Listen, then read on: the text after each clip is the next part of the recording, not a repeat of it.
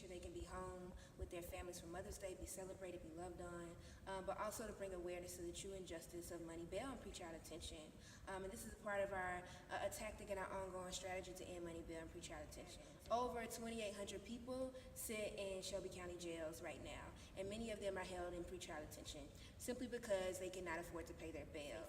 And so that's what our Mama's Day bailout is about. It's about highlighting how many people are in jail, that these people are our mothers, our sisters, our family members, people who take care of us, people who take their children to school, and when they're held in jail, because they can't afford to pay bail. Their children are missing school, they're missing doctor's appointment, they're being fired from their jobs because they can't call into work, can't call out of work.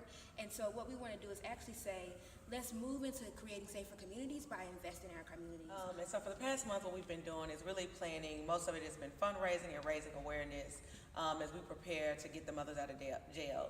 So one of the things that Erica has said before is that we have a really strong supportive services or belief in supportive services. And what we mean by that is, of course we're talking about housing needs, we're talking about jail, we're talking about jobs, we're talking about transportation.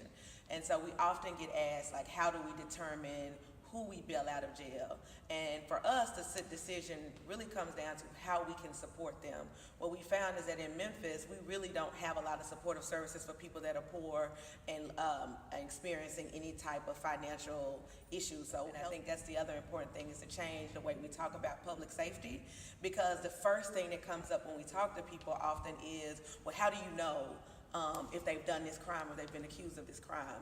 And that's not the purpose of bail, right? And so bail is not a public safety mechanism. Pretrial detention is not either. So if we take that money and actually invest in the things that we statistically know make communities safer, and we provide the support, what we know is of the 30 people that we've bailed out, when we provide those services, whether the fact that they did not pay bail is not the determining factor of whether they return to court.